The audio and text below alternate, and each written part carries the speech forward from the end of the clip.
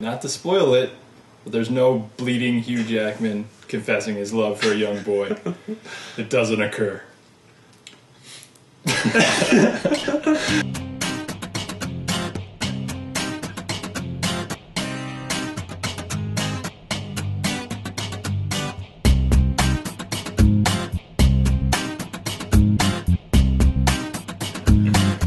Alright, welcome to episode 2 of French Matt Damon. I'm Matt. I'm Steve. I wanted you to say it. We're trying this again. We got one new thing we want to add at the end of the show, but we'll get to that later. Today, we're going to talk a little about... Well, we ended the show last week, or whenever it was. I keep saying week, like this is a weekly thing. But we mentioned the most anticipated movies, and we were both really excited for Ides of March. We saw Ides of March since then. I think I liked it better than you did, but not as in like, oh my god, best thing ever. Like, I hoped it would be. I liked it. I didn't like the ending. I thought the ending was a little too easy for them. They went with, like, there's a blackmail thing. Not to give anything away. That's not really giving things away, though. The ending was good, though. The last shot of the movie was cool. It was ambiguous and all that, but I wasn't a big fan. I was disappointed with it. And also, another movie I was more excited for than you, I think, was Real Steel. Yeah, with your Hugh Jackman love. I do love Hugh Jackman. I love robots. I didn't like it so much. Real Steel, not so good. It was kind of a disappointment. It was a father-son, whatever, garbage, sentimental crap. I was disappointed. Just like Ides of March, meh, okay. The trailer... You like Real Steel the same as you like Ides of March? Is that what you're saying? No. I'm going to Ides of March first. Okay. Because you got this whole thing, and I was just like, yeah, I agree. And that was my entire take on Ides of March. You didn't give me much. I just transitioned. Okay. Do you have anything else to say on Ides of March? No. Okay. I thought the acting was good. I don't know if that has anything to do with the actors involved or if George Clooney is actually a pretty decent director. He's a good actor's director. But yeah, I really enjoyed it. I was expecting something else based on the trailer, but I guess that was a good thing. I was surprised in that way. But yeah, other than that, it just didn't hit a home run like I hoped it would. Right. Let's see, Real Steel. It was what it was, I guess. I mean, it was what I thought it was. It was a family movie. I mean, it was exactly what I expected it to be, no more, no less. The part I was talking about, like, what the little kid was looking into his eyes or whatever, and it was like, you understand me, don't you? Don't worry, I'll keep your secret.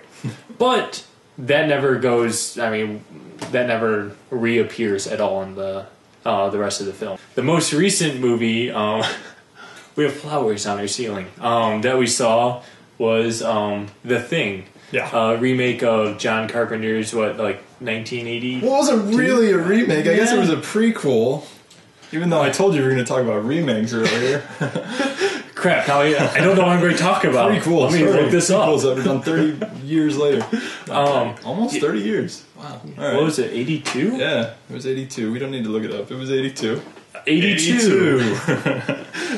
It was creepy, but it wasn't scary. Like, the scariest part was when Mr. Echo was in the... Oh, yeah. It was Mr. Echo. Okay.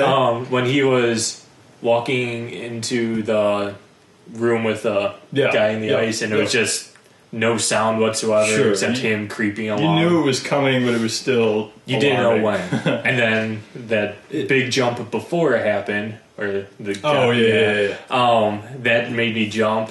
But other than that, nothing else made me jump in the rest of the movie. It's a lot of gross out stuff. It's a lot of, like, it nods to the John Carpenter version, which isn't the original, which I got corrected about several times. What, 1956? Dick bags. Thing from outer space or something like that? Right, something like that. But anyway, it's a lot of people splitting in half and gross little alien things. Somebody told me a long time ago that it was a prequel, but while I was watching it, for some reason that never came into my head. I thought it was just a straight remake, like it was a shot-for-shot remake, which was cool. It's nice to see that movie gets transitioned for a more modern audience, because I think it's a cool movie. It's a cool concept. Mm-hmm. But, like, the ending came, I was like, wasn't that how the original started? Then I Wikipedia'd it later because I didn't want to watch the original again. Even though it's really cool, it's really good. I'm a busy man. You should go watch it, but I'm not going to. Come on. But anyway, like taking an old concept and making it new, either by remaking it or a sequel or a prequel or whatever, I kind of like it. There's been some good, like Predators was awesome against all odds. This was, fine. Yeah, the new Bond. I mean, I know each new Bond is different, but I mean, sure it is. I do like adjusting. Yeah, I do like these. It's not continuing the story at all. But yeah.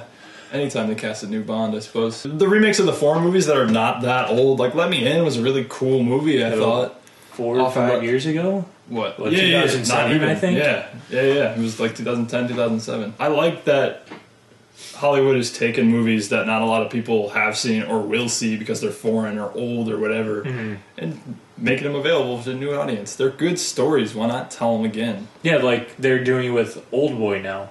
Yeah, Old Boy's awesome, but people aren't going to watch a Korean movie with a dude eating a live squid. They don't want to watch subtitles. Right. So, I don't blame them so much. Like, I love Old Boy, it's awesome, but I look forward to seeing it again on the big screen. The new feature that Matt was teasing at the beginning of the show is you're going to go through, not go through, but pick box office winners. Yep. We did kind of assume that most of the time we're going to pick the same movie to win because there's usually a consensus. So we're going to put in the number. And whoever gets closer to that number, I'm thinking beer, 6-pack of beer, just to have at the house. That works. Sounds good.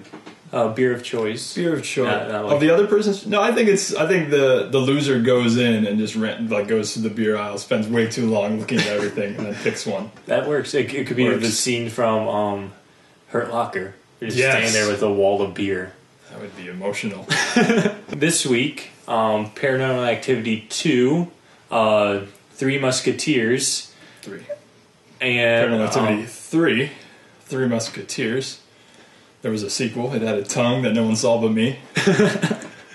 I had my eyes shut for like the last 15 minutes, so I don't know what happened. The consensus is Paranormal Activity 3. By a big margin. Sure. Okay. So let's see. I did not do any research on this. No, you're not doing any research. Not doing any research on this. My number is, I'm going 35 million is my prediction for Paranormal Activity 3. 35 million. That's about, let's see, it's getting, I remember reading this, like 3,300 theaters. So let's see, he's about, what, 10,000 a theater. I'm going to go higher. Math. I'm going to go higher. I'm going to say maybe about 12,000 a theater. So that means 33 plus 6.6. We go 36.6. No, that seems too low.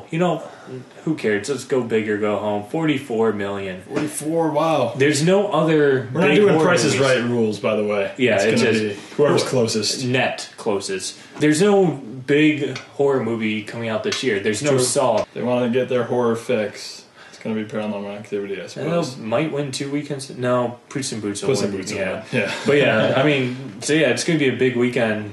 I'm going 44.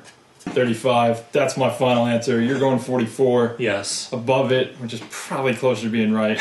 I better start looking at beer.